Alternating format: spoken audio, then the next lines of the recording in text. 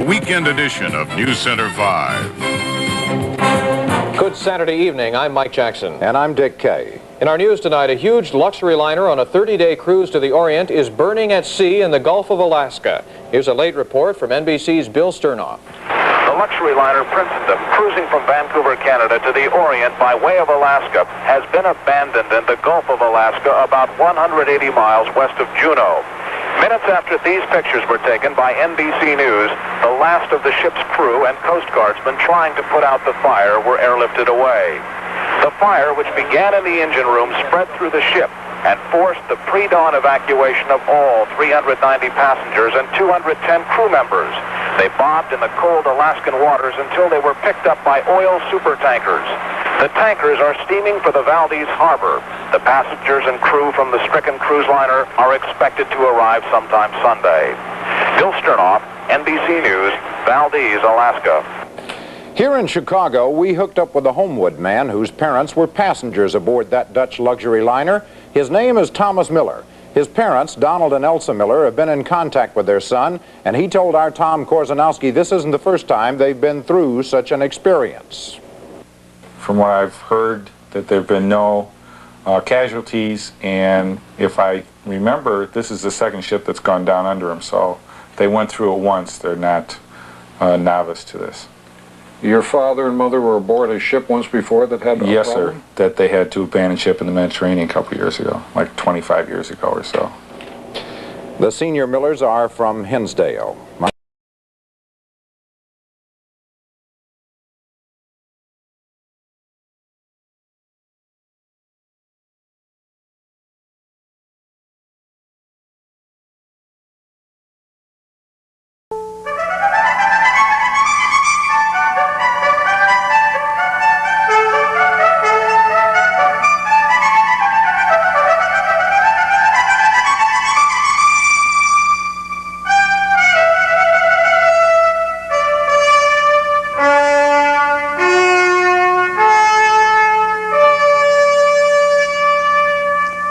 Good morning. I'm Charles Kuralt, and this is Sunday Morning. Right now, the news headlines for the first Sunday morning of October. All 510 persons who were aboard, 320 passengers and 190 crew members, have been evacuated successfully from a burning cruise ship, the Prinsendam, in the Gulf of Alaska. Most have been put aboard ships, others flown to Sitka. The Coast Guard says there are some injured among the survivors. There was a close call. A lifeboat with 20 people was lost in stormy seas for 3 hours during the night. Two women from West Texas were on board the cruise ship Prinsendam when it caught fire yesterday in the Gulf of Alaska. The two women are safe, but now the Coast Guard is not sure it has rescued all the passengers and crew who abandoned the burning ship. 510 people were rescued yesterday after floating for more than 10 hours in lifeboats. The Coast Guard thought everyone was accounted for. But this morning, a cutter came up on another lifeboat with 20 passengers who had floated all night long in the cold Alaskan waters.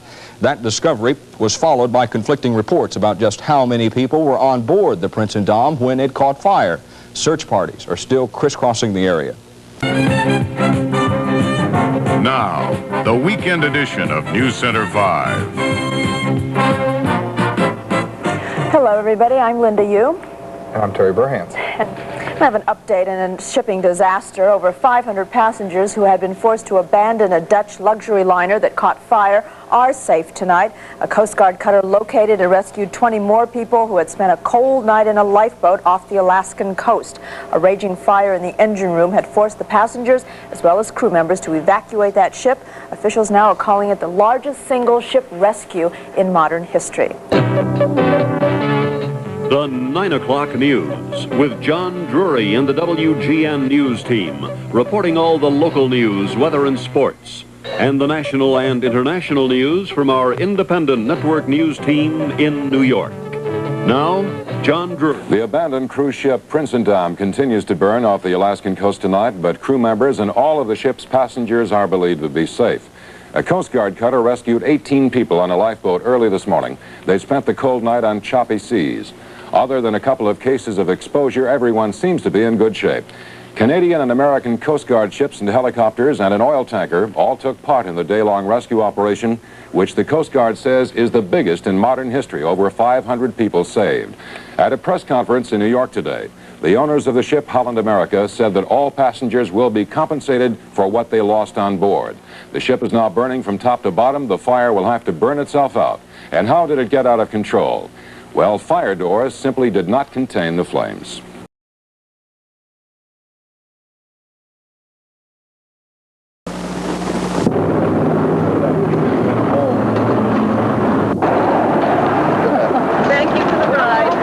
Thank you, fellas. Thank you.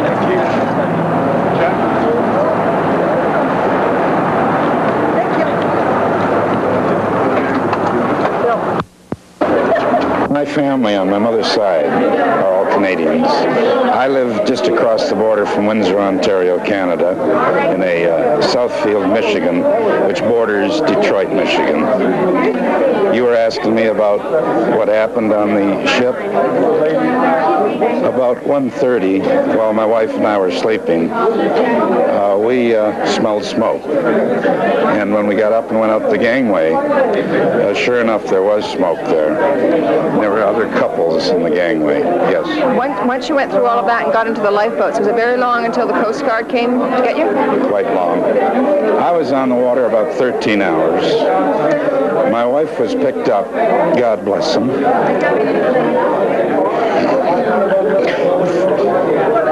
Canadian Coast Guard did well? A frog man came down and picked the women up first. And they didn't come back. Apparently they ran out of fuel and had to refuel. And upon their return, I don't think they could find us. And we continued to drift. And the Coast Guard cutter, Boutwell, pulled alongside approximately 5:30 in the afternoon, which was about 12 or 13 hours later. And they horse-collared and winched us up by hand, the remaining people in Lifeboat 5. And I can't say enough for both Coast Guards and all the people and passengers who are mostly mature and elderly, never did panic, and they were all under good control. Thank you very much. What's your feeling now that it's all over? Now, considering what you've rest? Any bitter feelings at all? No, I'm just happy it's over. It's just one of those things, I think. Actually, if it had to happen, we were fortunate the way it turned out. How's that? I mean, besides living, I know that. Yeah. Well, I was just telling my husband if it had been the next day, I don't think they could have accomplished the rescue. We would have been out too far. So, and I think that all the rescue attempts were magnificent. And the Williamsburg, they couldn't have done more for us. And the townspeople in Alaska. But no bitter feelings toward the cruise company at all? Well, no, I don't have any bitter feelings. You lost so much. Yes, I do. But I've got my life. Thank you very much. What's your name?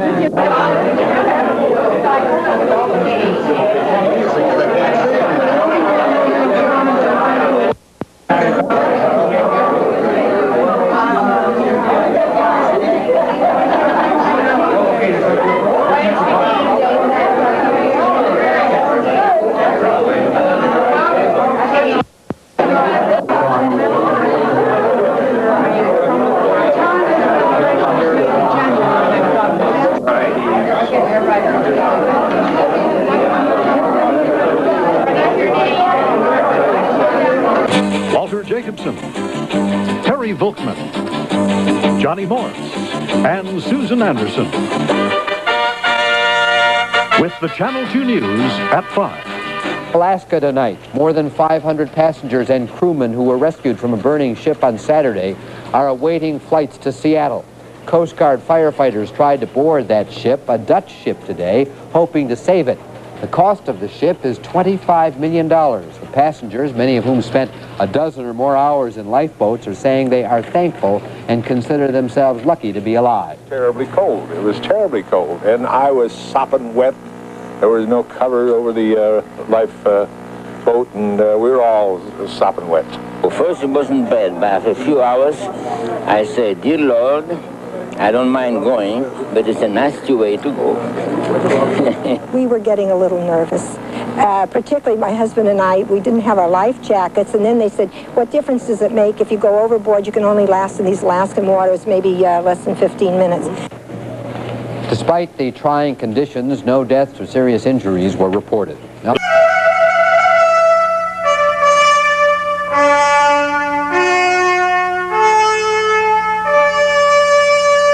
This is Monday morning, October 6th, and from CBS News in New York, here is Morton Dean. Good morning. Hope you had a good weekend. Welcome back. 506 people we know of did not have a good weekend. They had to abandon ship when the luxury liner Prinsendam caught fire off the coast of Alaska. Iran and Iraq spent their weekend at war, and the American hostages are spending their 338th day as prisoners in Iran. Some details now. It was early Saturday morning when the fire was discovered on the Holland America cruise ship. The lifeboats were lowered. Helicopter rescue units and ships in the area, more than 100 miles at sea, responded to the SOS. On Saturday night, in the belief that everyone had been accounted for and saved, the rescue effort was called off. Then the Coast Guard realized 18 passengers and 2 Air Force paramedics were still missing. Yesterday, their lifeboat was sighted, and they were rescued by a Coast Guard cutter. "We were left all alone in the fog," said Regina O'Malley of New York City. "It was very, very scary. The waves were incredible." Another passenger said the waves were 30 or 40 feet high. The frigid sea washed into their lifeboat. They were cold, scared, and seasick. It's over now and will be recorded as at least one of history's biggest and most successful rescues at sea. More on the story from Bernard Goldberg. It began as a pleasure cruise and ended abruptly as a nightmare at sea. The 427-foot Prinsendam en route from Canada to the Orient when a fire broke out in the boiler room, then spread, turning the deluxe luxury liner into a burning disaster, dead in the cold, choppy waters of the Gulf of Alaska. Some 500 passengers and crew abandoned ship, some of them bobbing in lifeboats for 12 hours and longer, but everyone was rescued, plucked from their lifeboats by the Coast Guard. The passengers who arrived in Sitka, a small town along the southern Alaskan coast, said their ordeal was wet, cold, and at times frightening. The Prinsendam just drifted off by itself, and we drifted off in another direction. It sounds eerie. Yes, it does, and it was pitch black out there. It was terribly cold. It was terribly cold, and I was sopping wet. There was no cover over the lifeboat, and we were all sopping wet. Well, first it wasn't bad, but after a few hours, I said, "Dear Lord, I don't mind going, but it's a nasty way to go." When my wife went up in the helicopter, I, tear rolled down my cheek, and I thought that'd be the last time I'd ever see her. And it just didn't look like there was enough time to get everybody out. The seas were rising. We were getting a little nervous. Particularly my husband and I, we didn't have our life jackets, and then they said, what difference does it make if you go overboard? You can only last in these Alaskan waters maybe less than 15 minutes. And late yesterday afternoon, a Coast Guard cutter arrived in Sitka carrying some of the last passengers picked from the ocean. I didn't think you'd be coming. I thought you'd be at Aldi's. I knew. What everyone was poignantly aware of is that this drama at sea might have ended tragically, with many deaths. As it was, there were only a few relatively minor medical problems. Some passengers suffered from exposure to the cold, wet weather. Mrs. Solomon was at dockside too, waiting for her husband. He's okay. He's in Valdez. As frightening as it was for the passengers, they are all aware that it could have been far worse. So now, with the rescue operation completed, officials are turning to the question of how it all began in the first place. Bernard Goldberg, CBS News, Sitka, Alaska.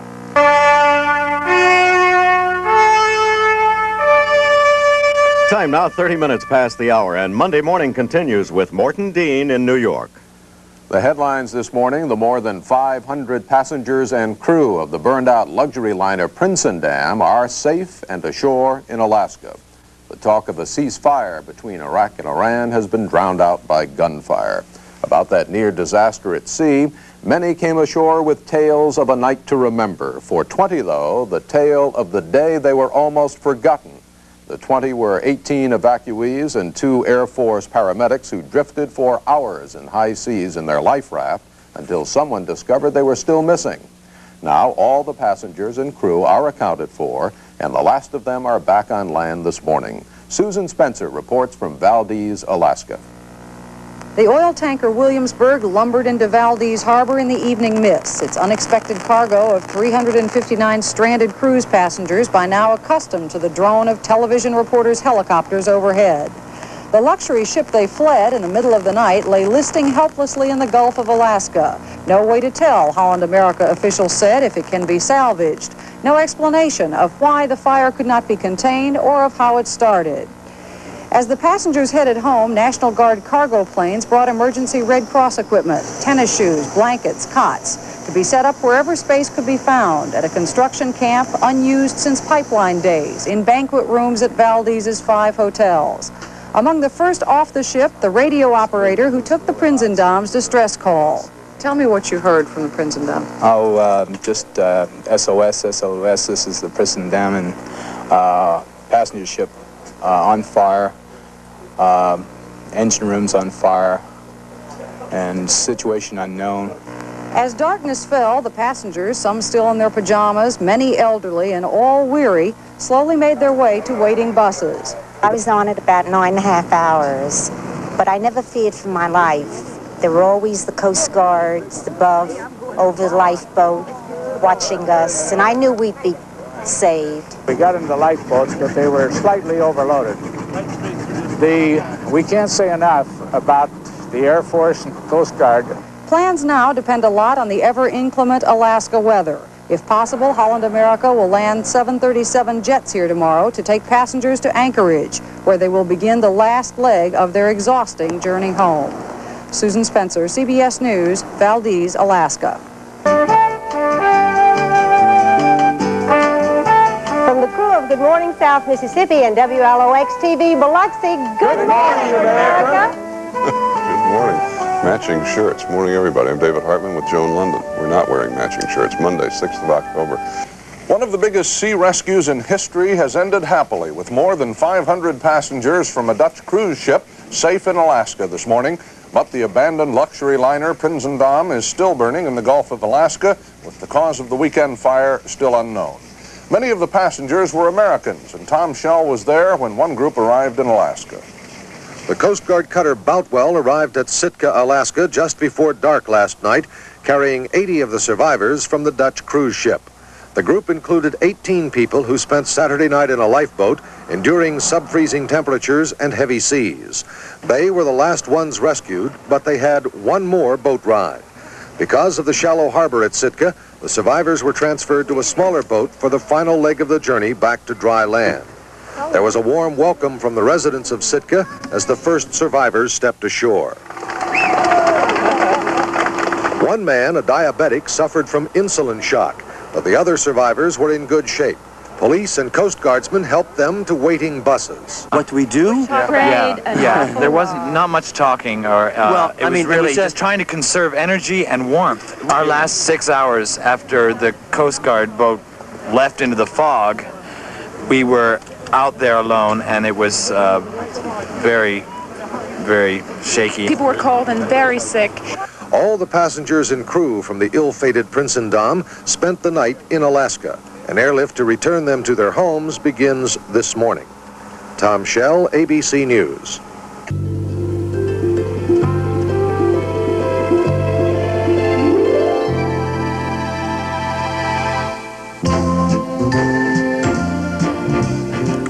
Good morning, Buffalo, New York. It's today, Monday, October the 6th. Hey, let's begin now with the latest news if we can. It is being called one of the biggest sea rescues in maritime history, certainly one of the most successful. A weekend drama played out in the frigid waters of the Gulf of Alaska. Bill Sternoff reports that more than 500 passengers and crewmen from a burning Dutch cruise ship now have been brought safely ashore, some of them to Sitka. More than 80 survivors were aboard the Coast Guard cutter Boutwell. Among them, 20 shivering passengers and crewmen who were finally rescued more than 20 hours after they left the cruise ship. All were happy to be alive. We made it. One way or another, we made it. The survivors praised the efforts of the United States Coast Guard, but said some of the lifeboats from the cruise ship were either in disrepair or weren't properly equipped. Lifeboat engines didn't work, emergency radios weren't working, and some said at least one lifeboat didn't have a rudder. Survivors arriving on the cutter Boutwell joined other passengers and crewmen who had been airlifted to Sitka. If I can have your attention for just a moment, please. Tomorrow, we'll take you around to give you clothing and shoes.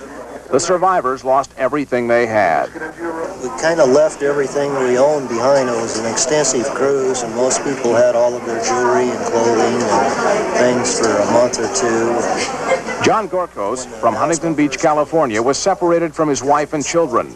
They ended up on the oil tanker that went to Valdez. The cruise ship company is making plans to fly all of the survivors to Seattle, and some may begin heading there sometime tonight.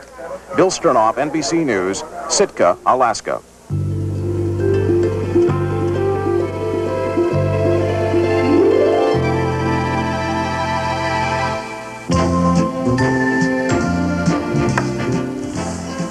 Good morning, Bakersfield, California. It's today, Monday, October 6th.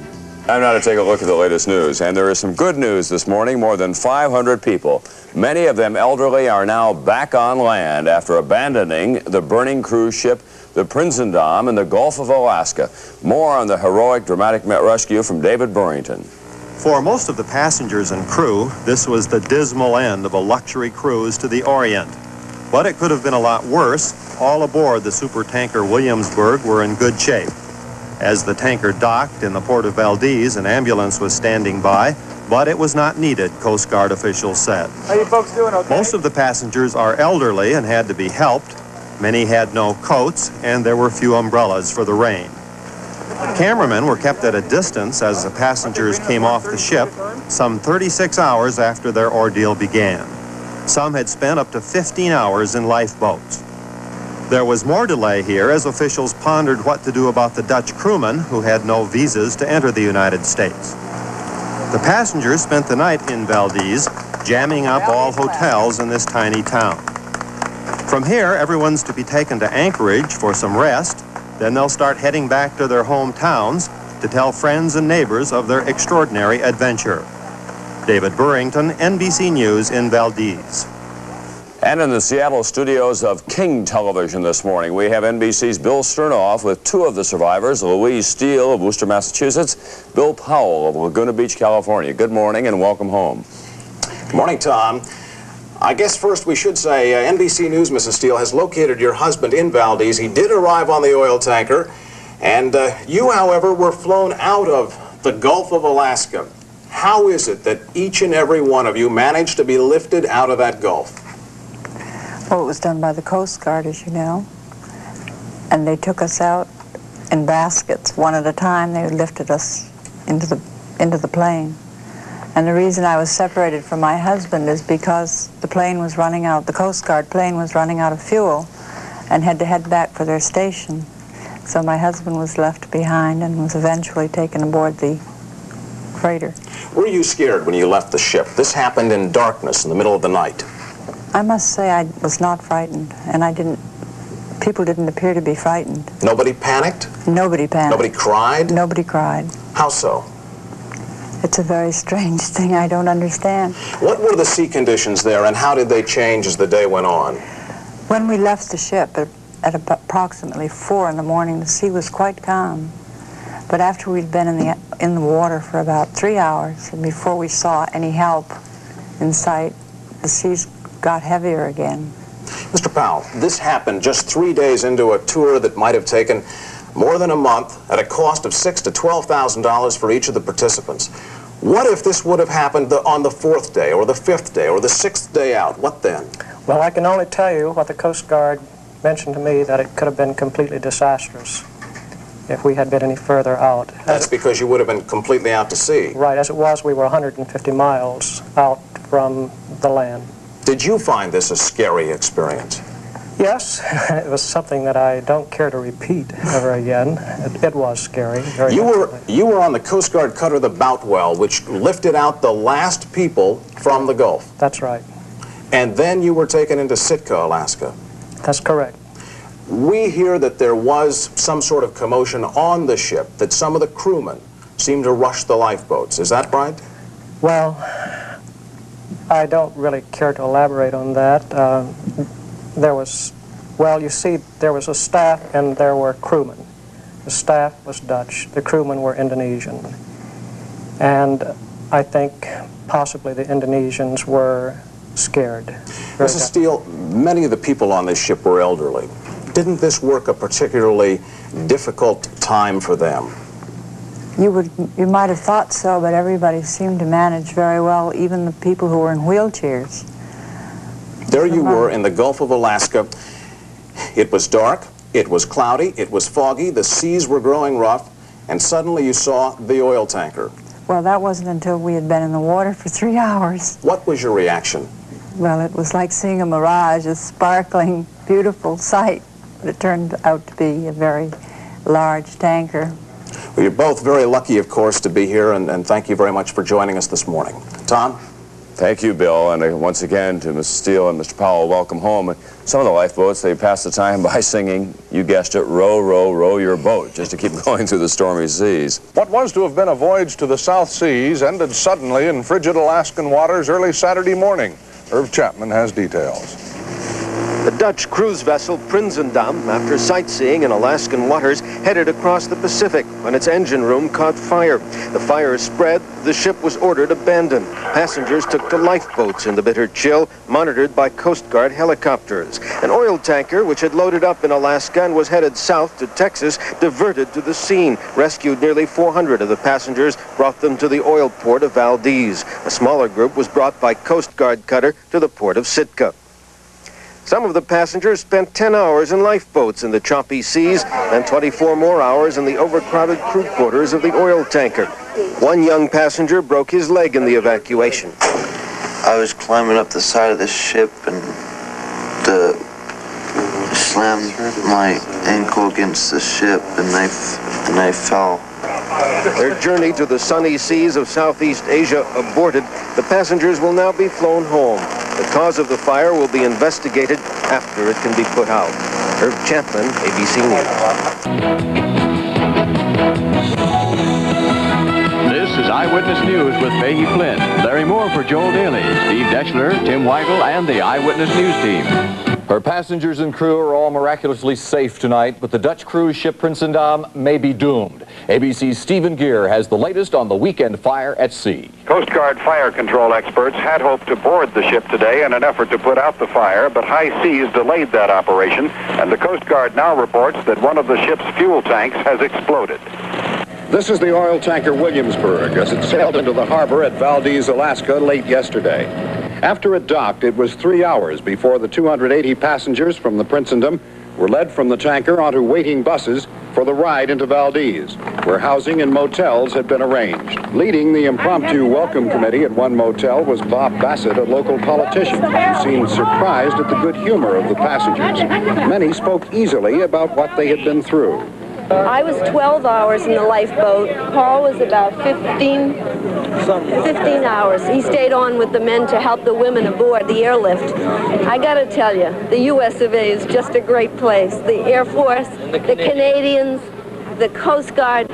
The tanker. Just seeing them after being out in that lifeboat in the dark. Was it cold out there? Oh, in Alaska Sound, yes. Stephen Gear, ABC News, Valdez, Alaska.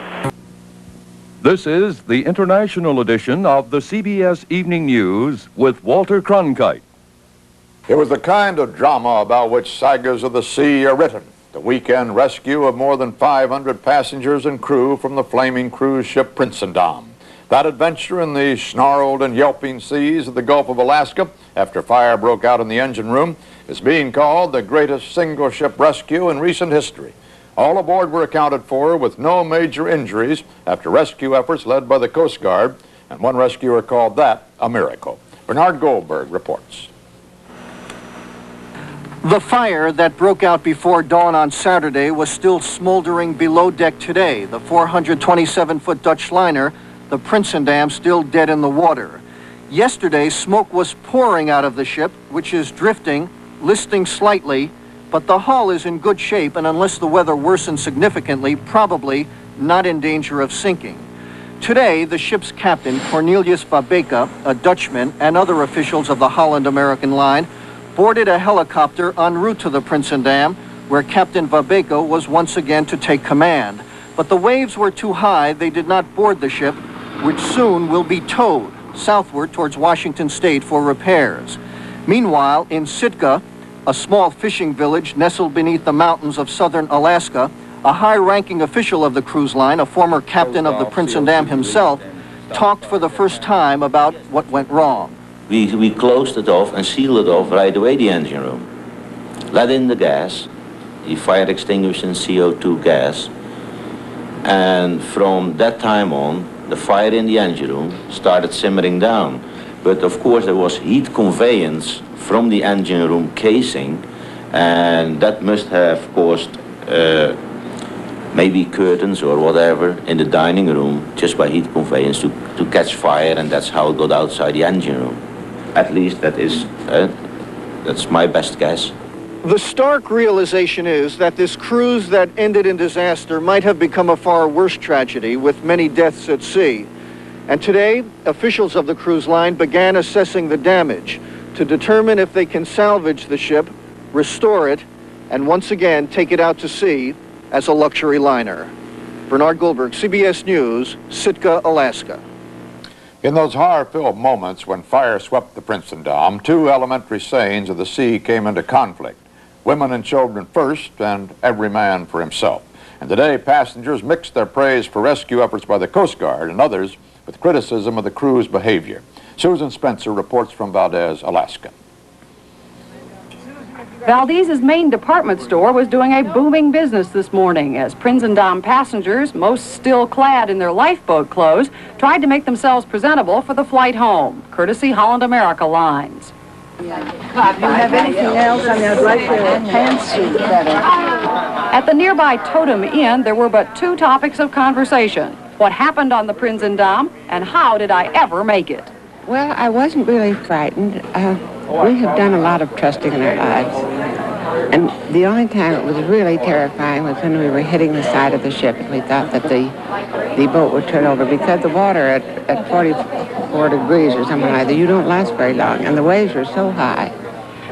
There were mixed reviews for the captain's performance through all this, but no kudos at all for the 106 Indonesian crew members, who passengers said clambered into lifeboats first.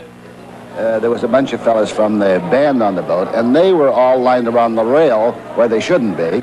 And then when he said to abandon ship, a bunch of the crew members, this is the Indonesian crew members, and this band bunch, they just jumped right in and nobody else could get near the boat. When the helicopters eventually came, which was about 11 hours later, you know who was first off the boat. And we couldn't keep them, and so Cora said, let them go, we're better off without them, get them out of here. That was the band, this crew and the band.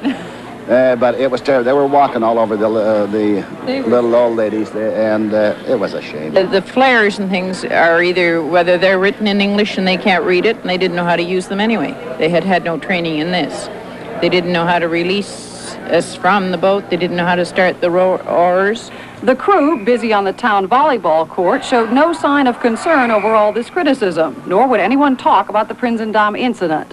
By the time the passengers arrived at the Valdez airport for the last leg of their journey, they seemed equally uninterested in dissecting it. As one man said, let them figure it out. I just want to get out of here. Susan Spencer, CBS News.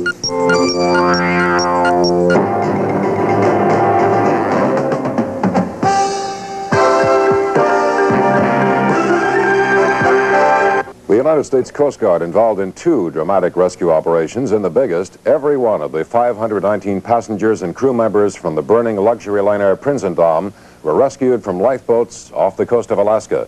And that was the largest single successful operation of its kind in modern history.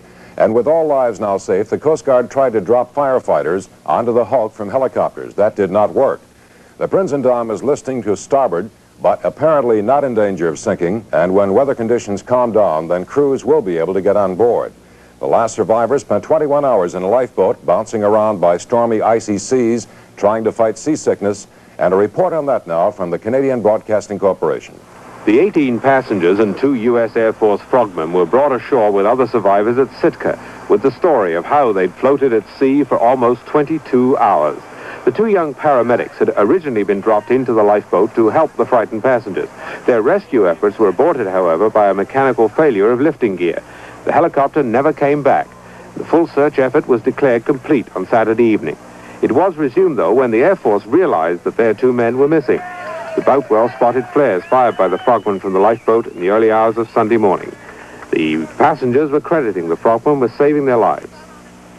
And they knew what to do because people were cold and very sick. And they were just great. The last one. They were just, I can't say enough for the Air Force. They were fabulous.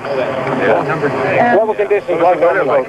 Very crowded and everybody was very sick. So it was called the 20-foot waves and it was difficult. Then rain broke out. But everybody was terrific. Everybody kept their heads together and we're all here. And hi. You all made it. Yeah. What's your name? You don't wish to talk. The captain of the Prinsendam was among those brought ashore, but he, like all of the ship's crewmen, were banned from talking to the news media. Holland America Line officials are meeting here today to assess the legal implications of the disaster and to consider the problem of how to salvage the wreck of their $50 million cruise vessel. Colin Hof, CBC News, Sitka, Alaska. This is NBC Nightly News with John Chancellor in New York. And tonight's special segment, Wayne Newton and the Law. A Coast Guard officer called it a miracle, the rescue without loss of life, without serious injury of 533 people from lifeboats in the Gulf of Alaska. A fire had forced them off their cruise ship, Prinsendam, and they had bobbed about in the cold and wet for hours, one boatload for 17 hours, before helicopters found them. Today they were in port, safe and warm, in Sitka and Valdez. A report from David Burrington. The abandoned liner still smoldered today. Coast Guard fire experts tried to board it to decide if it could be towed to port.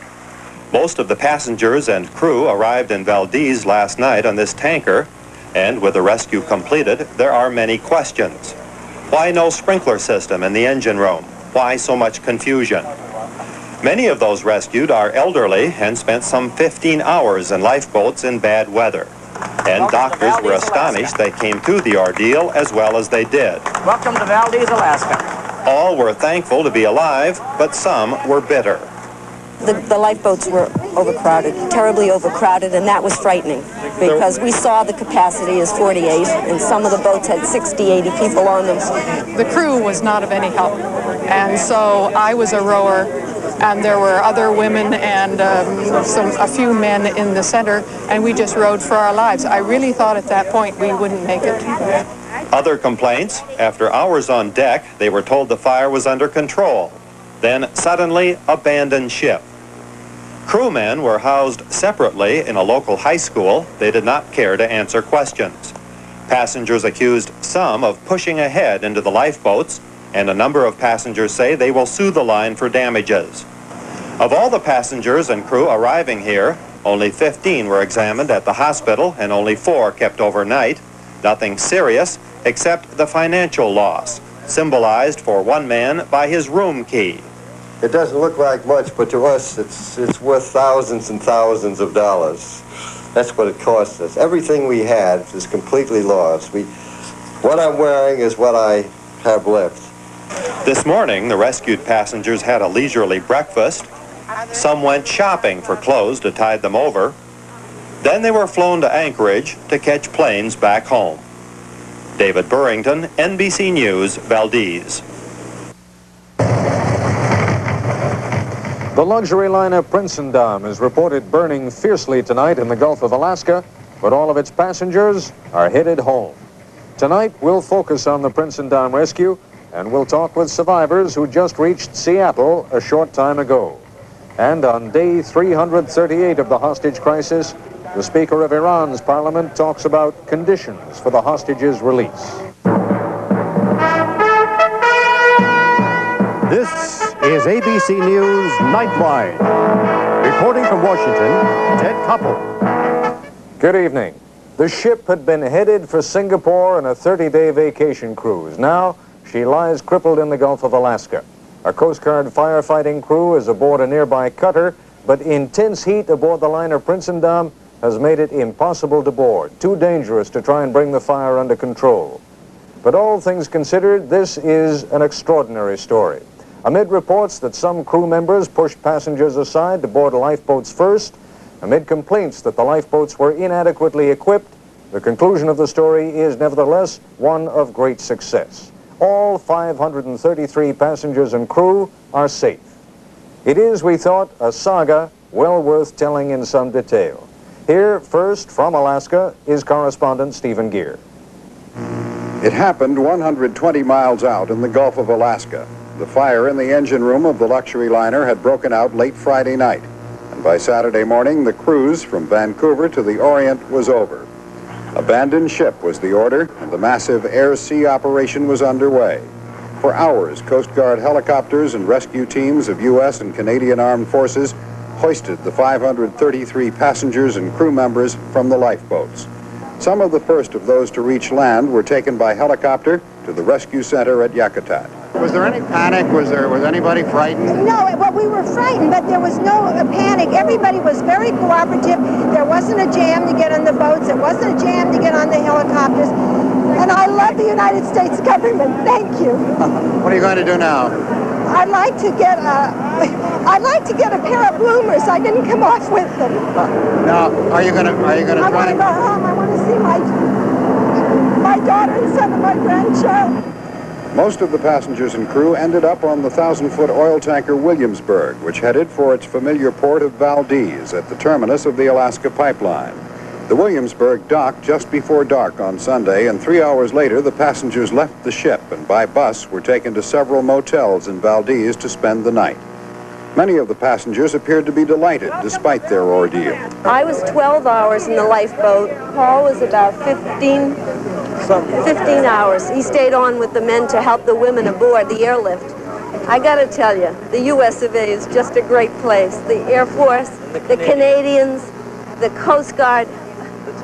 Just seeing them after being out in that lifeboat in the dark. Was it cold out there? Oh, and Alaska Sound, yes.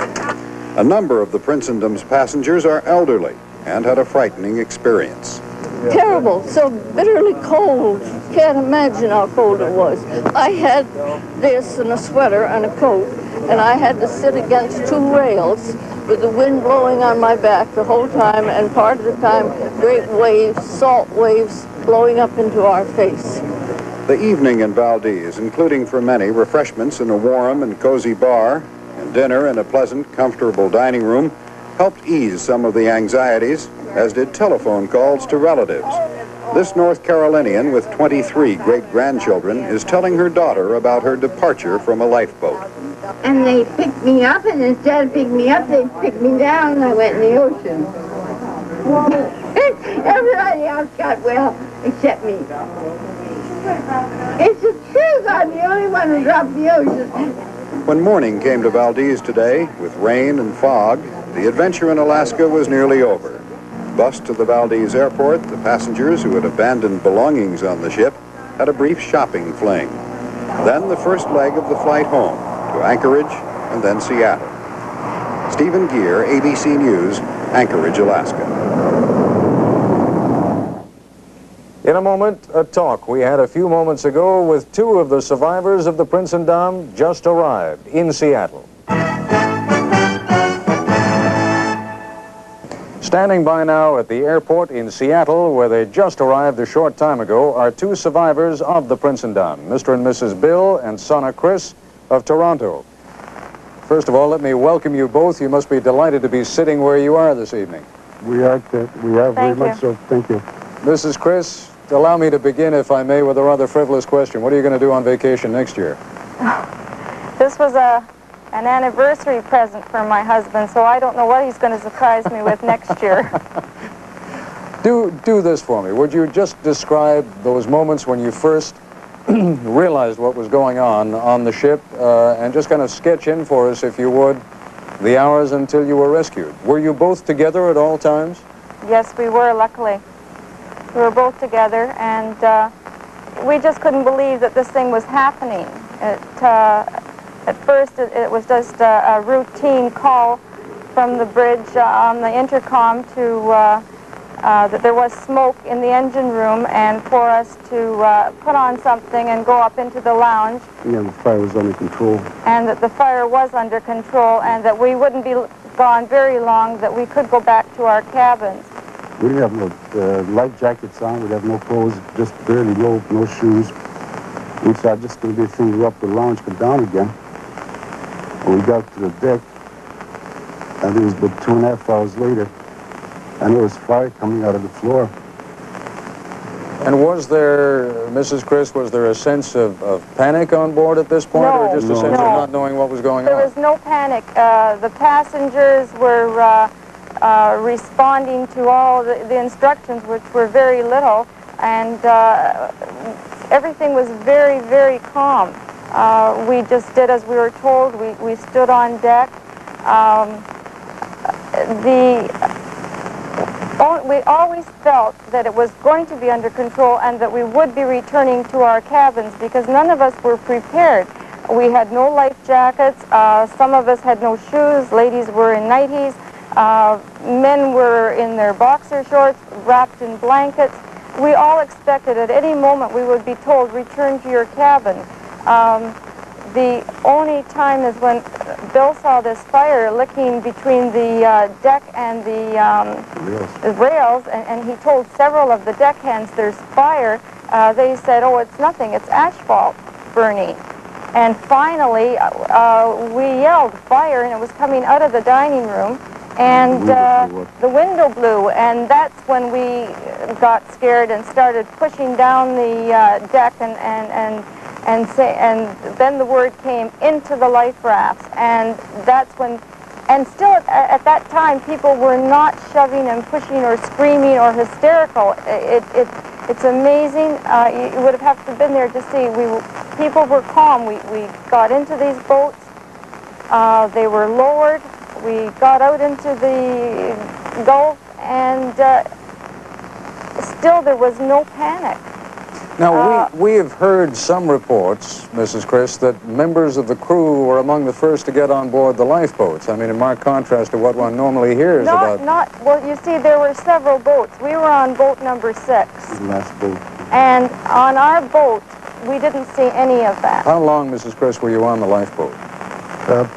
On the lifeboat, we were, I guess, I would think it was about 15 hours we were there. It must have been terribly, terribly cold out there. It was cold. We were throwing blankets, and we had the blankets around us, and they became very, very wet. The waves came with such force. They tell us now they were between 15 and 20 feet. They came with such force. I had my back to them, and they would slap you down, and you could taste the salt in the water. Bill was covering me with the blanket, and I'd look up and was seasick, but would look over my shoulder to see the blackness all around and just cover my head again, and we were quiet. And as long as we could hear the planes out there and the helicopters, you felt a sense of, well, someone was going to help you. You weren't alone. But were the lifeboats well equipped? In other words, no, they were not. No, it's not what they told us in the drill. That all the things were on the lifeboat. There's nothing. There's no cover. We didn't have flares. We didn't have a flashlight. There was no survival kit. There was nothing on the boats at all. But what about food and water? Nothing. Nothing. Nothing. Did anyone... But no, really, at that point, nobody cared about water but food, but anyway, there's nothing, just the survival. We weren't hungry. Nobody was hungry. It was just we wanted to get out of there. We just want to get out, and there's no fear for somebody getting hungry or nothing. There's nothing like that. Just the fact that the survival was number one, But people on your boat, they behaved well during those 15 hours? Yes, they did. Very well. You know, there was a time when the helicopter came, they said to us that we can only take 10 people out, and that's it. There was no panic. We all took our turn. My wife was number 10, I was number 9. My wife was number 9, I was number 10. And there was nobody pushing, they're trying to beat us to the thing. Everybody we behaved so well that it's unbelievable. And especially that the way the passengers behave. And we're the last people to leave that boat on the... Well, Mr. and Mrs. Chris, you've been through an extraordinary experience, and I suppose the best thing I can say to both of you is we're terribly happy that you're well and safe, and happy anniversary to you. Thank you very much. We really owe our lives to the U.S. Air Force and the Canadian Air Force. Yeah. Without them, we wouldn't be here today. They really do seem to have covered themselves with glory, don't they? They did, and the people at Yakata, the firemen there, they just went all out. We had, all our clothes were, well, what we had on was soaking wet, and they came up with old clothes for us, and hot coffee and soup and concern, and just took us into their hearts. And the people at Sitka, we just can't thank them enough. This clothes is awfully secret. That's what they gave us. We didn't have nothing. This is not our clothes. Well, that's really just grand. Next year, take it to the Grand Canyon, will you? Thank you. Okay. Thank you very much. Thank you both very much indeed. In a moment, we'll take a look at some disasters at sea that have had less fortunate results for their passengers and crews. Coast Guard crews are keeping their distance from the burning luxury liner Prinsendam this morning. Firefighters planning to go aboard decided not to because of dense smoke, indicating the blaze that forced all aboard to abandon ship 3 days ago may have spread to the fuel tanks. The ship is still drifting aimlessly this morning in rough seas in the Gulf of Alaska. For the passengers, now safe, dry, and heading for home, it's a day for reflecting on new friends found and material goods lost. Susan Spencer reports. The Prinsendam passengers allowed themselves a few sentimental moments in the Valdez Airport gift shop before leaving for Anchorage. A few moments at a place none of them ever expected to see just 3 days ago. They boarded the flight carrying their by now well-worn plastic shopping bags, the only luggage they've had since they fled the burning liner in the middle of the night. At Anchorage, Holland America officials passed out tickets to Seattle, forms asking, among other things, how much cash and what valuables they'd left on board, and some walking around money. Yeah, that'll get me home, $40 cab fare. But what about from LAX to San Diego? We're going to give you a ticket. We just need a picture. You're sure that? And if we don't, we'll give you some more money. Going over the details of the accident again and again seems to be a part of getting over it. That and sharing the experience with fellow passengers, the only ones who will ever really know what it was like. A lot of friendships were made on the rescue tanker Williamsburg. When we were picked up, I had my nightgown on and a robe. They gave me the pants. Yes. That's what I said, souvenir. The Prinsendam passengers will split up in Seattle to continue on home today.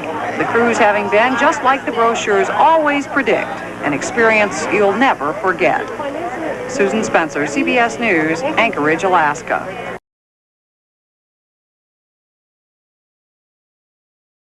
Fire is spreading on board the crippled luxury liner Prinsendam in the Gulf of Alaska tonight. Coast Guard officials say fire and smoke began billowing from the ship earlier this evening as the blaze spread to the liner's carpets and unused lifeboats.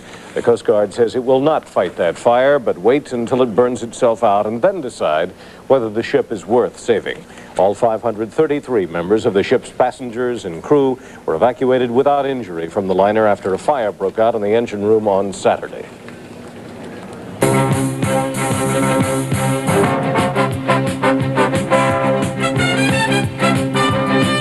Now, the 10 o'clock edition of News Center 5. Good evening, I'm Jim Ruddle. I'm Chuck Henry. The luxury liner Prinsendam is still burning tonight after smoldering, abandoned all day in the Gulf of Alaska. And the fire that routed some 533 passengers and crew members may soon reach the ship's fuel tanks. A miracle is what many call the safe evacuation of those passengers, some of whom said that the crew members were actually racing them for the lifeboats when the order came to abandon ship.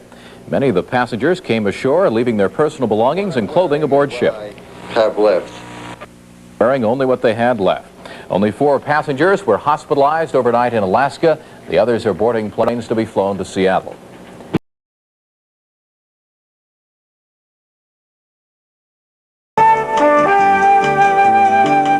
And the abandoned luxury liner Prinsendam is still adrift and burning off the Alaskan coast, bad weather preventing firefighters from going aboard.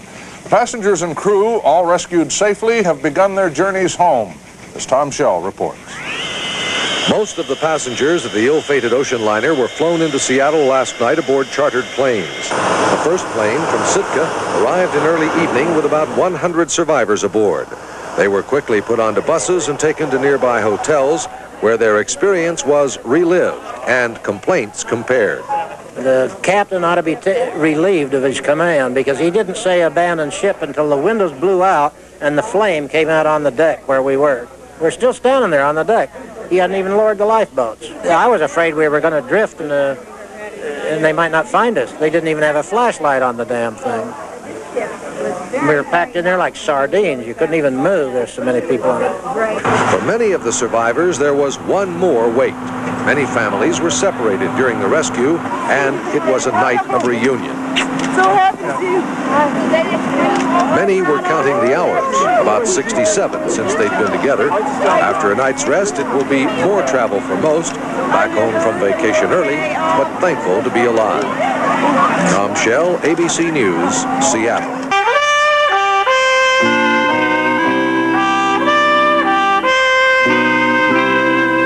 After 7, as we've been hearing on the news, what is being called the greatest ship rescue in history took place in the Gulf of Alaska over the weekend. Over 450 people were brought safely to land after this Dutch cruise ship called the Prinsendam, which was on its way to the Orient, started a burn out of control on Saturday. This morning, the Jorkos family, Father John, Mother Ginny, and Jean and Sandy, their 2 children, they were all aboard the ship. They're joining us this morning live Eastern Time from KOMO-TV. That's our ABC station in Seattle, Washington. The Jorkos family were on a 2-month trip to the Far East. Instead, they will soon be on their way back to Huntington Beach in California. Good morning, John and Jean and Sandy and Ginny. Nice to have you with us. Welcome back from the Gulf of Alaska. Good morning, David. We're awful glad to be here. First of all, how are you all? Physically, mentally, emotionally, are you all okay? Physically, we're all fine, and we're very happy to be together, and we're glad to be heading home. John, briefly, when did you first know about the fire, and what did you do about it?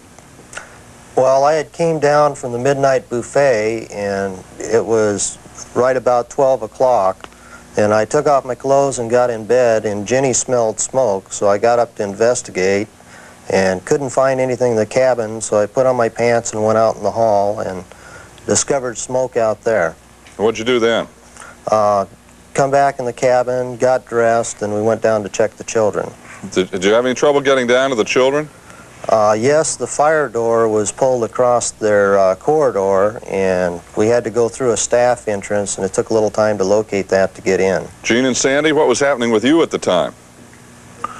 Well, I was up on the deck when my dad came up with my sister, or my dad came up and asked me where my sister was, and I told him she was in the room. And Sandy, were you okay in there? Were you trying to get out? What was happening with you? Well, they just made the announcement, put something warm on that there was a fire, so I got dressed and I was walking out the door and my dad started grabbing me. So you all got out on deck. What was it like on deck, John and Jenny? What was the attitude? What was going on out there? Everybody was in good spirits, David, and we had been told that there was a fire that was under control and we should come up to the lounge, and when the cabin area cleared we could go back. That never happened. We didn't get to go back, and a lot of people left their life preservers and were dressed in bathrobes and pajamas and bedroom slippers. And were there any announcements to the effect before people left their cabins they should, wear warm clothes and wear life preservers or bring them, anything of that nature? There was nothing as to the life preservers. They did tell us to go up to the lounge, and They told us to dress warmly. They did?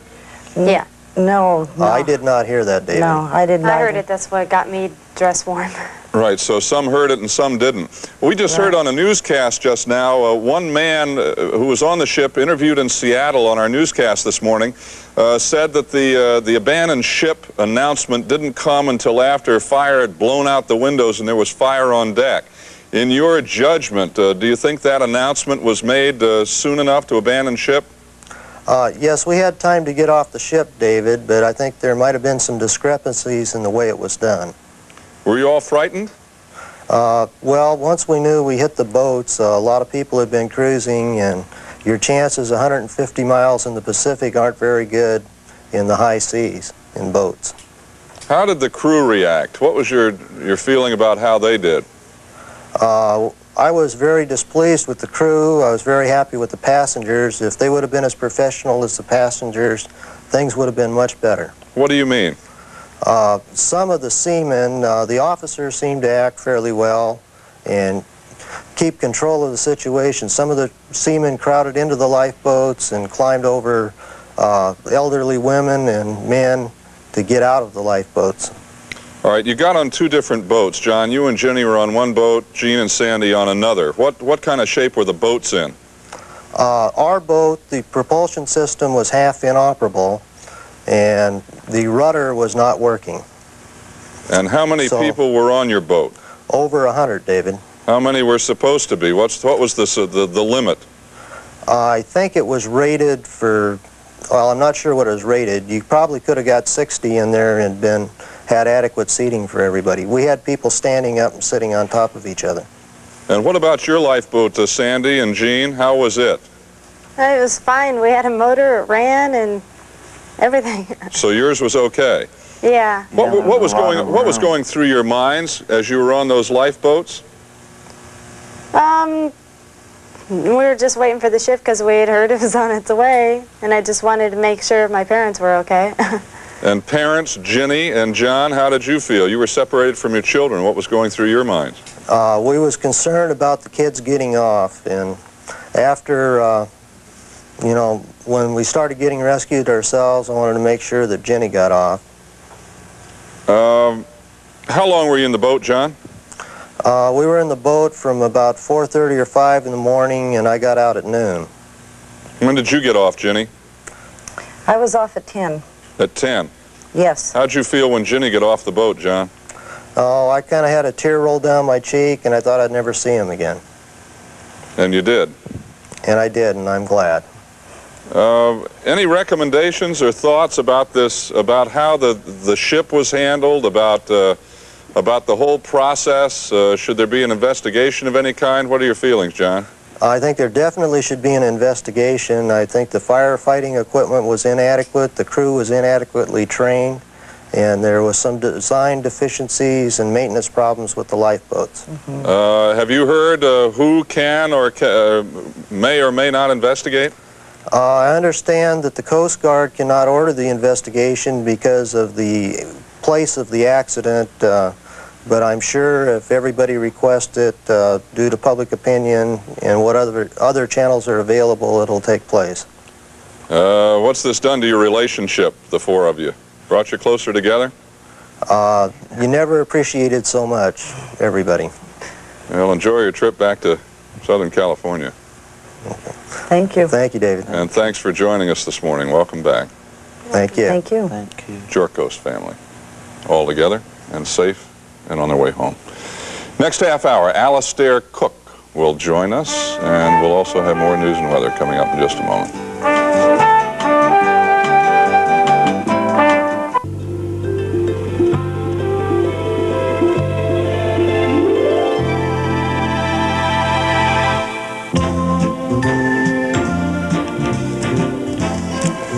Good morning, and good morning to Orlando, Florida, the home of the mouse, as they say. It's today, Tuesday, October the 7th. The Coast Guard can only watch as the cruise ship, the Prinsendam, continues to burn and drift in the Gulf of Alaska this morning. Heavy black smoke is keeping anyone from boarding the luxury liner. At the same time, reunions continue among the passengers who abandoned her. Here's Bill Sternoff. The first of two groups of survivors to reach Seattle came in from Sitka, Alaska. The people were anxious to be reunited with friends and relatives who became separated Saturday during the day-long rescue at sea. Some survivors had been airlifted directly to Sitka or were taken there aboard a Coast Guard cutter. Others, put aboard an oil tanker, were taken to Valdez. Husbands were separated from wives, parents from children, and many said they wouldn't believe their loved ones were safe until they were back together. My last name's Corey, and I'm trying to find my mother. I thought she'd be here. The reunions came when the second group of survivors arrived shortly after midnight. Here you are. Here's your son.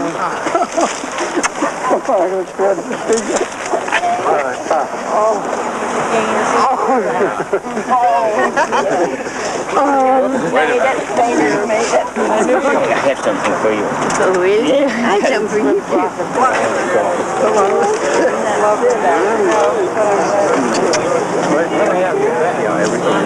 For Dick and Louise Steele, the reunion was a dream and the end of a nightmare.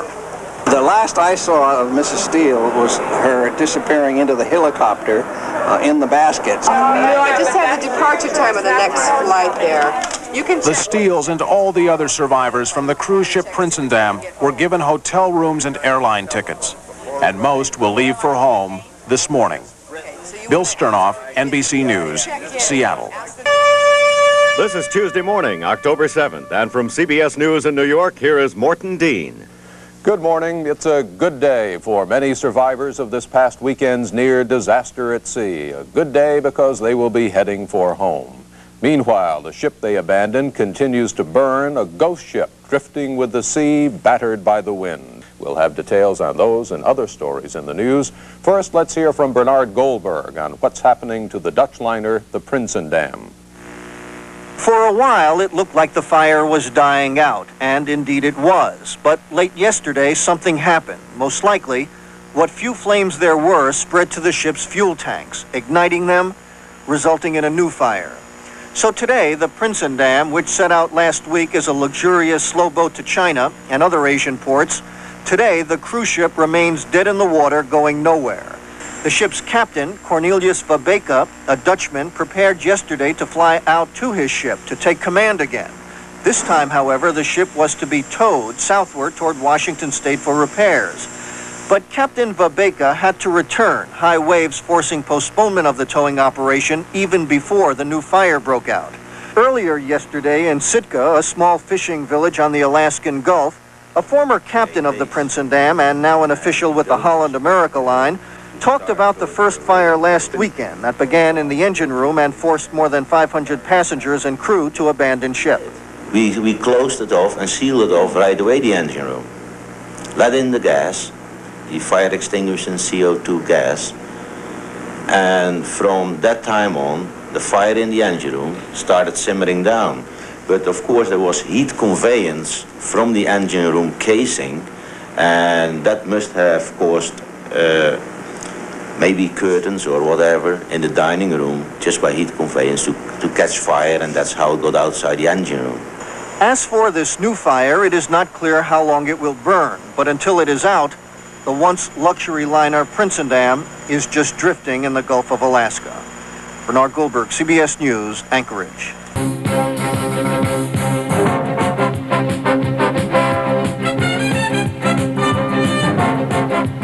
Now, News Center 5. Good afternoon, I'm Joy Luloff. Coast Guard firefighters are getting ready to board the burning luxury liner Prinsendam today. A tugboat is in the Gulf of Alaska to tow the $25 million vessel into shore. Meanwhile, separated survivors from that weekend fire are finally getting back together. Here's a report. The first of two groups of survivors to reach Seattle came in from Sitka, Alaska. The people were anxious to be reunited with friends and relatives who became separated Saturday during the day-long rescue at sea. Some survivors had been airlifted directly to Sitka or were taken there aboard a Coast Guard cutter. Others, put aboard an oil tanker, were taken to Valdez. Husbands were separated from wives, parents from children, and many said they wouldn't believe their loved ones were safe until they were back together. My last name's Corey, and I'm trying to find my mother. I thought she'd be here. The reunions came when the second group of survivors arrived shortly after midnight. Here Cornelius, here you are. Here's your son.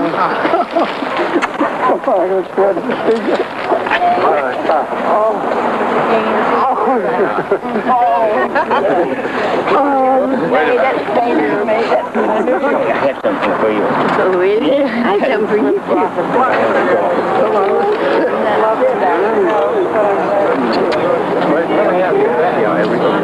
For Dick and Louise Steele, the reunion was a dream. From the cruise ship Prinsendam were given hotel rooms and airline tickets, and most will leave for home this morning. Bill Sternoff, NBC News, Seattle.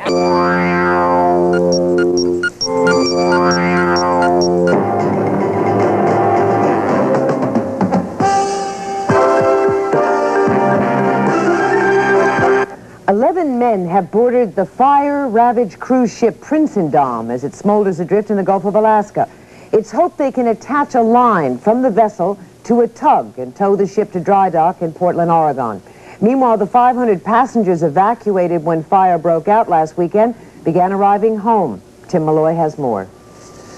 Pat, some bitter, some elated, all very tired. The survivors of the crisis at sea headed in different directions today, while in Alaska, the fight to save the ship continued.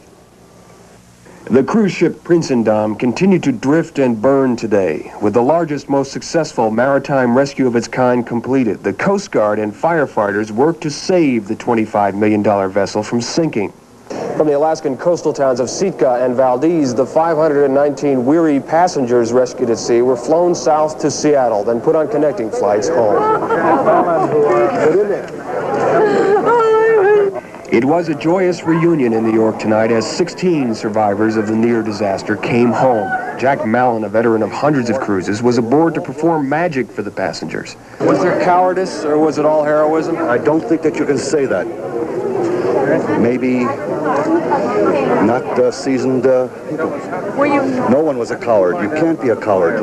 Others saw the handling of the crisis differently. 2 Swiss passengers said the crew had no idea what to do when the fire broke out. And they didn't even know how to let down the small boats, you know. We were shaken like this. The passenger had to work in the boats.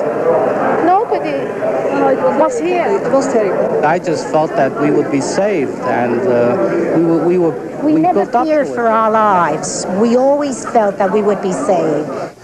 The Coast Guard in Alaska reports tonight that those passengers who were hospitalized have checked out and headed for home. There were no serious injuries in the fire or in the rescue. Bill. The Bon Voyage and Welcome Home celebrations weren't supposed to be quite so close together, but friends and family of Roy and Peggy Wolf band together anyway this evening to welcome home a couple whose plans for a 6-week cruise aboard the luxury liner Prinsendam were cut short. When did Peggy realize the vacation was turning sour? I woke up choking on smoke. Actually, I think we were the first ones to be awakened, and we went up to the bridge, and Captain was walking around like he didn't know what was happening, and he didn't alert the other passengers for about a half an hour. And then we roamed around the deck for 5 hours, and they put us in lifeboats that didn't work. And we sat out there for 12 hours. And if it hadn't been for the Coast Guard and the Army and those young men that hauled us one by one, 400 out of those lifeboats, we wouldn't be here. In most cases, a family that survives an incident such as this one would simply consider themselves lucky. But this family considers themselves doubly lucky because just 18 months ago, their condominium burned. Otis Buchanan, TV2 Eyewitness News, Metro Airport. Reports tonight that the ship's lifeboats were inadequately equipped. Some of the 500 people forced to evacuate the ship Saturday when it caught fire in the Gulf of Alaska said the lifeboats did not have emergency flares or rudders. The owners say that's not true. About a dozen Detroiters were on the Prinsendam for a 30-day trip to the Orient. They were rescued by the Coast Guard and an oil tanker and then flown to Valdez, Alaska. They flew back to Detroit today, arriving just minutes ago at Metro Airport, and Channel 7's Steve Handelsman is there now, and he has this live action camera report. Stephen, what are they saying? Well, Bill, first of all, it's a tumultuous scene here. I should set that for you before we get on, and you can hear yourself what they have to say. The flight just arrived from Seattle. It was delayed about 2 hours after all that these people have been through. Out in the Gulf of Alaska, bad weather in Seattle, a 2-hour delay. They've just arrived here, and you can see there's a big celebration going on here. Right in here, I'm going to try to wade in and talk to Peggy Wolf. She's from Southfield. Mrs. Wolf, hi. Steve Handelsman from Channel 7. Everybody in Detroit wants to know what it was like, first of all, out there. Give me a brief description of your experiences. I woke up about midnight choking on smoke, and we went out in the gangway. It was black with smoke, and so we were on the bridge deck, and we ran down to the bridge. And the captain was walking around like he didn't know what hit him. There was no fire alarm or anything? No fire alarm, nothing. No officers, no crew, no one to help us. And we were on the bridge for about a half an hour before he alarmed the other passengers. And then we wandered around the decks inside and outside for about 5 hours. Then they told us to get into lifeboats, and they didn't work. What do you mean by didn't work? We've heard a lot of reports from... The chains to get them down were going clunk, clunk, clunk, and then suddenly, I don't know if they cut the ropes or what, we just fell in the water. And instead of having crew to row, the old passengers were rowing, and there were things that, you pull like this. Well, as we were going, the boat in front of us came down on top, and we thought we were going to be crushed to death, and we all flew to the bottom of the lifeboat. Good Lord. How long were you in that boat? 12 hours. And then picked up by helicopter, taken to Alaska. You don't seem much the worse for the wear. You're smiling. I don't always look this way. I'm going to go over and talk to your husband for a brief second, but it sure must be nice to have all these people come out and welcome you. Let me go find your husband over here. Thank you very much. That's Peggy Wolf. I'm going to go try to find Roy Wolf, who's right in here. Excuse me, please. Excuse me. So we Can you get a shot in there? Disoriented, disorganized, and actually didn't know where our loved ones were. Could you tell me about the crew a little bit? Our crew was primarily Indonesian, and the officers were Dutch. The captain was Dutch. Our boat commander in the lifeboat was an Indonesian. His assistant was an American who took control eventually because the Indonesian didn't speak English, nor did he understand English. Mr. Wolf, were you satisfied with the way the crew behaved during this disaster? Not particularly, no. There was many things about it that, in reflection, I disliked. Tell us some of them now. Well, as I was telling this gentleman, the lifeboats were poorly equipped for a dangerous rescue mission because we didn't have a proper rescue type equipment such as radio transmitters, flares, food, water, even flashlights or lighting gear. And as it got darker, it was impossible to let anyone know where you were. Spokespeople for the line are saying today that the fact that nobody lost his life in this is proof enough that things were done at least reasonably well. What do you say to that? Well, that's great. I agree to that. However, we were on deck standing by, my wife in her nightgown, me in my robe and slippers, for 3 hours. They had told us on 2 occasions that there was a small fire, it was under control, not to be concerned, but to stand by. And had we known that it was as serious as it was, we'd have probably dressed warmer, and we might have picked up some of our valuables. However, we stood out there for, I'd say, a good 3 hours, and then they gave us the notice to abandon ship. The day before, we had a boat drill, and the drill wasn't anything like the abandonment. Nobody knew where the hell they were supposed to go, where to sit, how many were supposed to be in each lifeboat, who was to command it. So, in answer to your question, I was displeased. Bet it's glad to be back in Michigan, isn't it? It's 100% glad to be back and home and feet on dry ground. Right. Just out of curiosity. Thank you very much. That's Roy Wolf from Southfield, the husband of Peggy Wolf, who you saw just a short time ago. They're not the only ones who flew in on the flight that just arrived here in Metro. There are others. I'm sure you're going to want to hear their story, so I'll stick around here, Bill, and I'll try to put together a report for the 11 o'clock news. Back to you. Thank you, Steve. Good to have all those folks from this area back and all the others on board that boat back safely as well. No question. Thank you, Phil. In very rough waters with 20-foot swells in cold, cold weather. And then being told you have to abandon ship and leave everything behind. And that's exactly what happened to the two people that are with me this morning.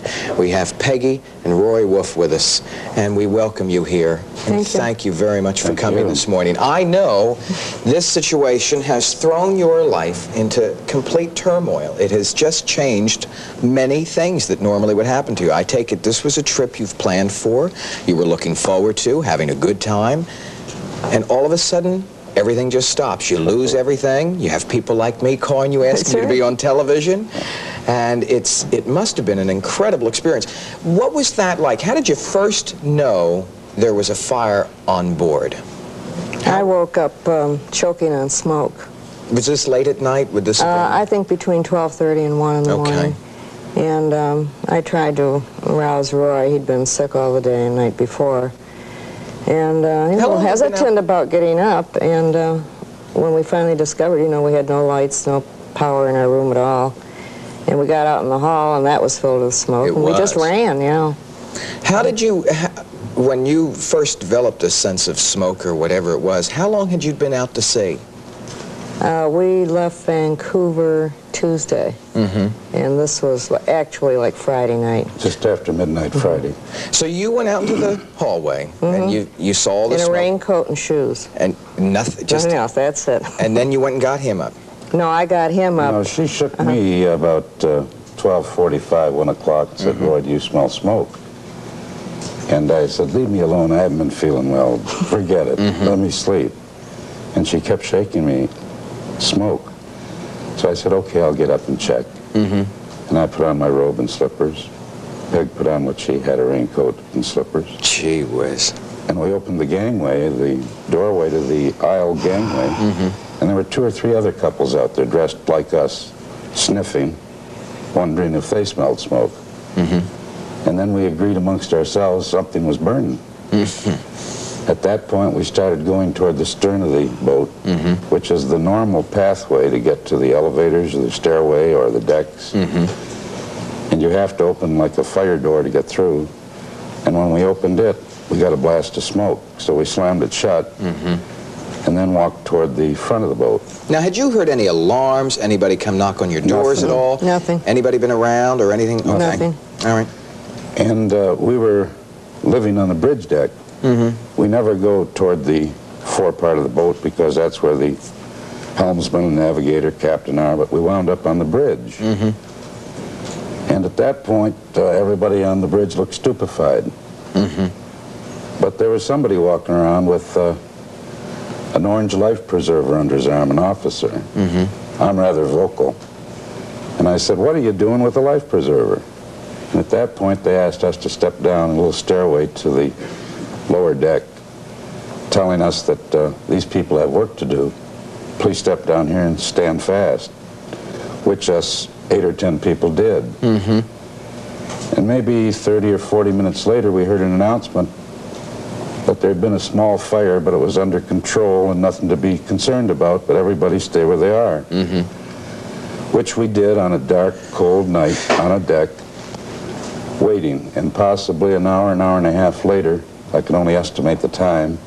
Still dressed the way you were? Yes, still. About 8 of us. An announcement came that they were going to lower lifeboat number 1 to receive a pump from the Coast Guard air helicopter, and maybe some carbon dioxide just as a preventive measure in case the fire should reoccur. Do you have any idea how much time was spent from the time you first awoke and sensed the smoke and woke Rory up, went out into the gangway, got up on deck, to when you actually were lowered in a lifeboat? 5 hours. 5 hours? You were kept standing around? Milling around. Just, you know, people were just...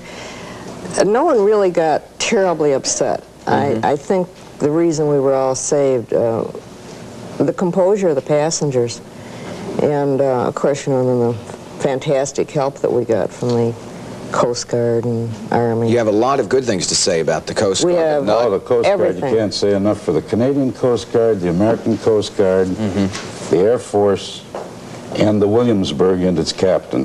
That was the largest oil tanker that the United States has, who happened to be in the general area. But it took them, I guess, about 3.5 to 4 hours to get to where our last known position was. But the lifeboat Peggy and I were on, number 5, was the first to be lowered, and we probably drifted the furthest away. Excuse me, I'm sorry, I didn't mean to kick you. What was it like when they actually said abandon ship and you climbed into a lifeboat? Did you believe that was happening? I mean, was this just a movie? At no time did I think that, you know, that we were going to stay on that ship. I mean, I was just waiting, you know, for orders to get in the lifeboat. Oh, you really expected to go in the lifeboat? Absolutely, because the smoke never stopped. It just kept bellowing out. We never saw flames, but we saw a lot of smoke.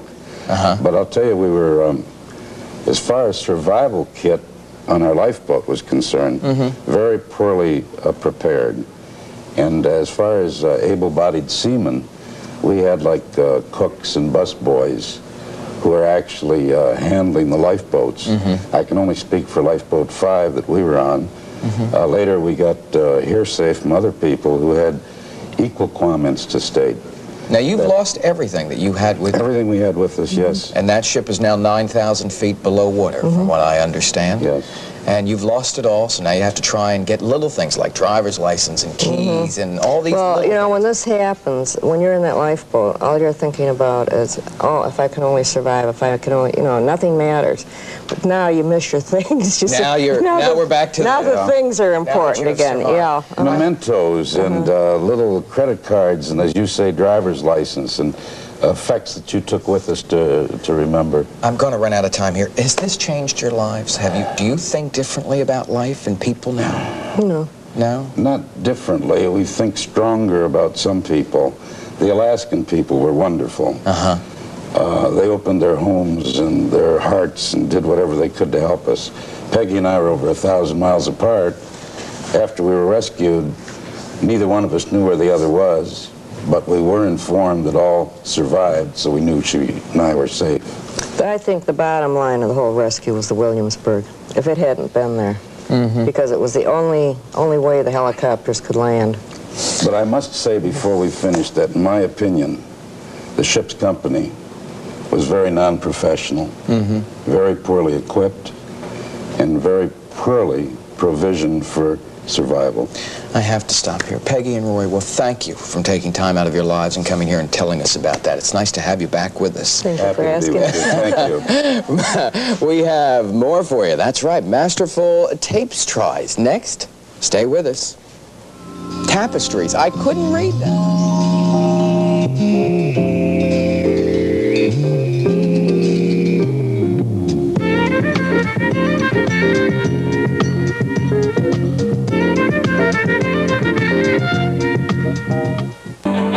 Walter Jacobson, Harry Volkman, Johnny Morris, Susan Anderson, and Gene Siskel with the Channel 2 News at 5. In the Gulf of Alaska tonight, Coast Guard firefighters are hoping to board the burning ocean liner Prinsendam. A tugboat has arrived on the scene, and there is hope that the fire can be fought while the ship is being towed to port. Meanwhile, a spokesman for Holland American Cruises is denying claims that the ship's lifeboats were unsafe. All of the 533 passengers and crew were rescued. 3 Chicago area passengers returned home tonight, and we met one of them at the airport. They told us that there was a slight fire in the engine room and to put on something warm and come up to the lounge so that they could remove the smoke. And what was getting in the lifeboats like? Well, we got in the, 3 hours later, we got in the lifeboats at 4 in the morning. It was pitch dark. We were in them 9-10 hours before we were picked up. The helicopters took us out by little wire baskets. They pulled us up out of the lifeboats, and then they took us to the tanker. We were on the tanker 2 days, and the crew was absolutely marvelous. The helicopters were absolutely marvelous. We had no one was lost. 510 people were rescued. Bill Curtis, Walter Jacobson, John Coughlin, Johnny Morris with Chicago's #1 news. Channel 2, the 10 o'clock news. In Chicago tonight, some people who could have become victims of a disaster at sea are home safe and sound. The residents, along with some 500 other people, were on the luxury Dutch liner that caught fire off the Alaskan coast this past weekend. The story of their dramatic rescue now from Phil Walters. At least 4 Chicagoans, all of them elderly, were aboard the Prinsendam when the fire broke out. Roused from their cabin beds, forced to huddle on the ship's deck for hours, and then to abandon ship in lifeboats, overcrowded and ill-equipped. Mrs. George Frerer of Oakbrook remembered as she returned home tonight. Rudders were broken, they were not equipped properly, and we just floated around and were submerged by waves. If it hadn't been for the helicopters and the Coast Guard, we wouldn't have been here today. So tonight the passengers are finally in their own homes with the families they must have thought so desperately about in those hours at sea. The adventure is over, and the telling of it begins. We got the word to abandon ship, and it's all hearsay. There's no officer. No announcement. No announcement. This word came through the crowd to abandon ship? To abandon ship. To abandon ship. Some people didn't even know what that meant. Donald and Elsa Miller, back at home tonight in Burr Ridge, remember that as they abandoned ship, there was panic not among the passengers, but among the crew. Fighting passengers to Absolutely. They did. Fighting to get on. Push them aside and jump over the... Well, what did the passengers do when the crew started doing this? Nothing. They had these older people who couldn't push back. So we all just shut up and just sat there and were saying our prayers, you know. But after they were on the boat, the lifeboat, they just sat there. They were, God, these kids were barefoot. They had no clothes on. They were more scared than we were, I think. Well, I think we're just so happy to be here that you can't bother being, mad at anybody or anything. It's just too good to be home. No, she said, there is no room for anger tonight. Philip Walters, Channel 2 News in Burr Ridge.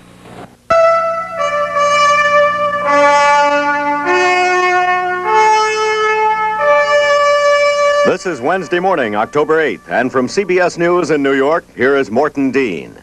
The captain of the luxury liner Prinsendam, he was the last to abandon ship when it caught fire Saturday, has become the first to reboard it. He did so yesterday to help snuff out the remaining hot spots today. The ship itself is under tow today from the Gulf of Alaska to Portland, Oregon for repairs. And that's our news for this morning. We hope you'll join us again tomorrow morning, and have a good day. The smoldering luxury liner Prinsendam is being towed toward the Alaskan coast this morning. The blaze that broke out on the Prinsendam last weekend forced more than 500 passengers and crew to abandon ship, all rescued.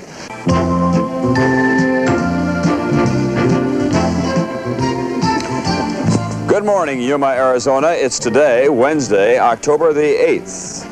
Still musing over the miracle in the Gulf of Alaska, doctors say another 8 hours, a few hundred miles further out to sea, and half of the 533 passengers and crew of the Prinsendam would have died.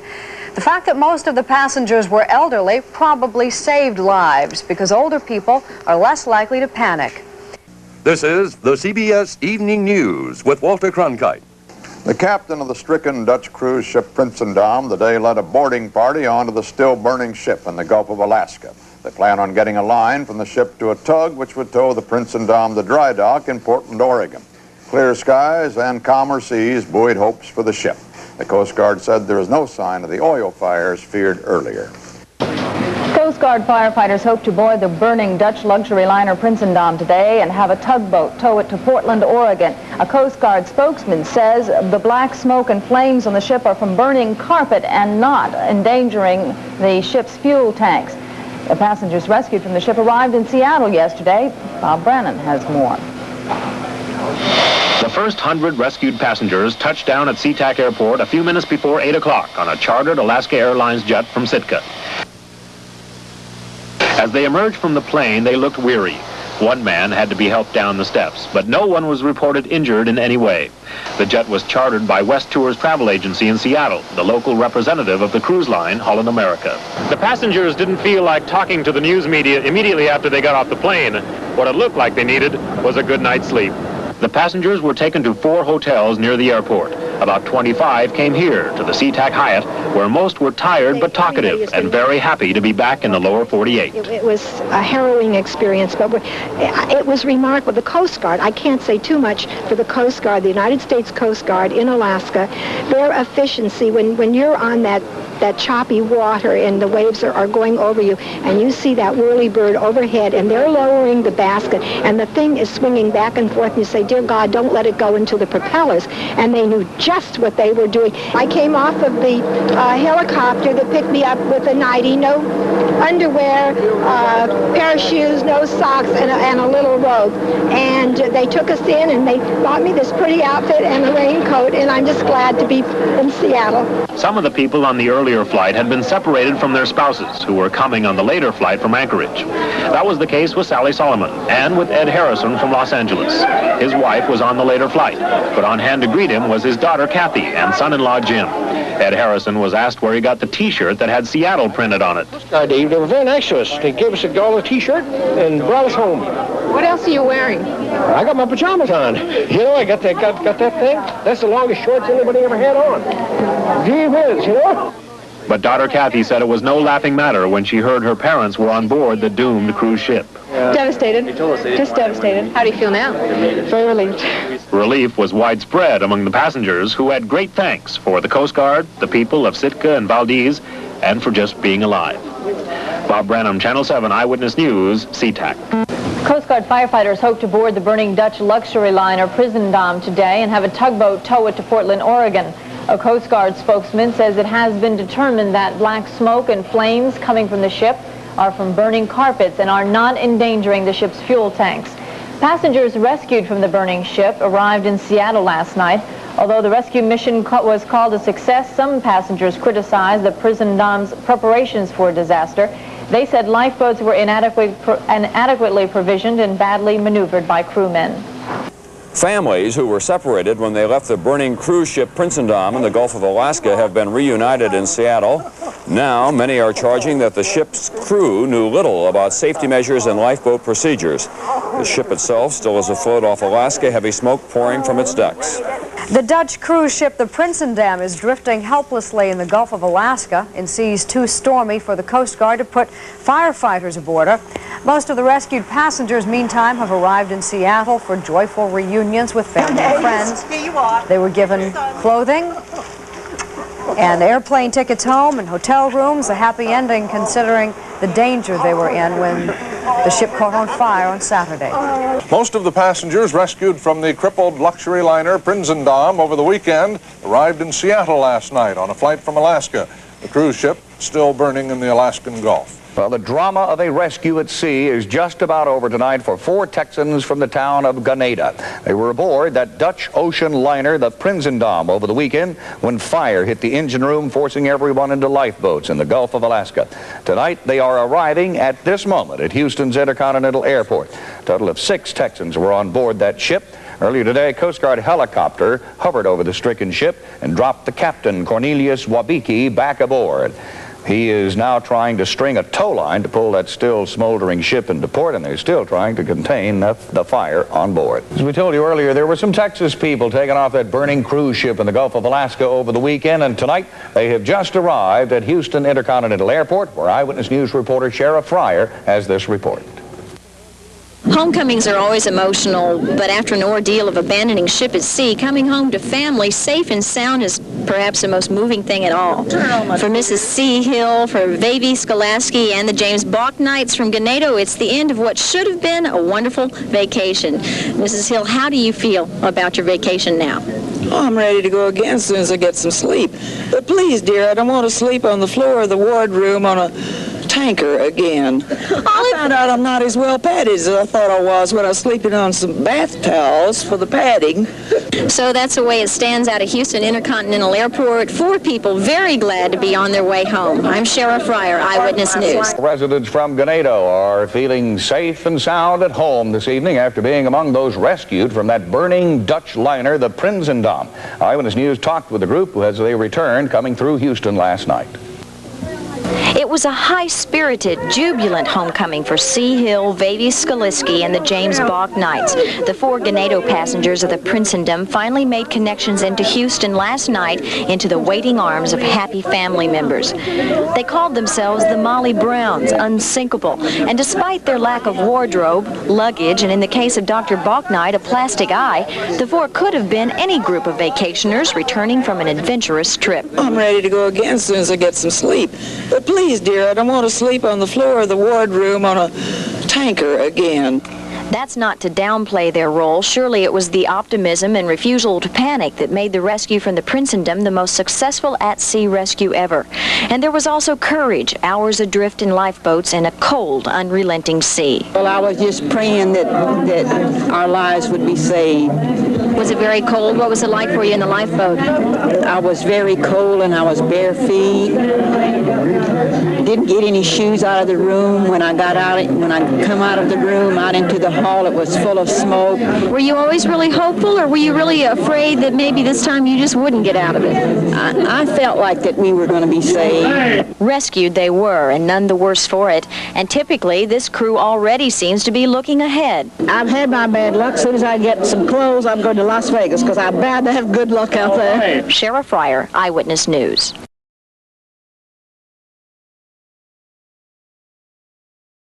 Thank you, Chris. Some of the passengers who were on board the luxury liner Prinsendam when it caught fire last weekend say if the ship had to be abandoned more quickly, they all would have died.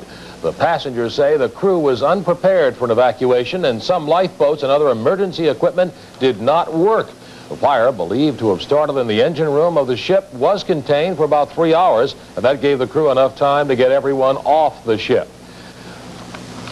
Computers helped speed the rescue of the passengers on the Prinsendam from their lifeboats. Tim Malloy reports that 4 ships in the area were notified just within minutes of the distress call from the luxury liner. When the first distress call came from the Prinsendam, the Coast Guard put its computerized AMVER communication system into motion. Within minutes, 4 ships within 500 miles of the stricken vessel were contacted.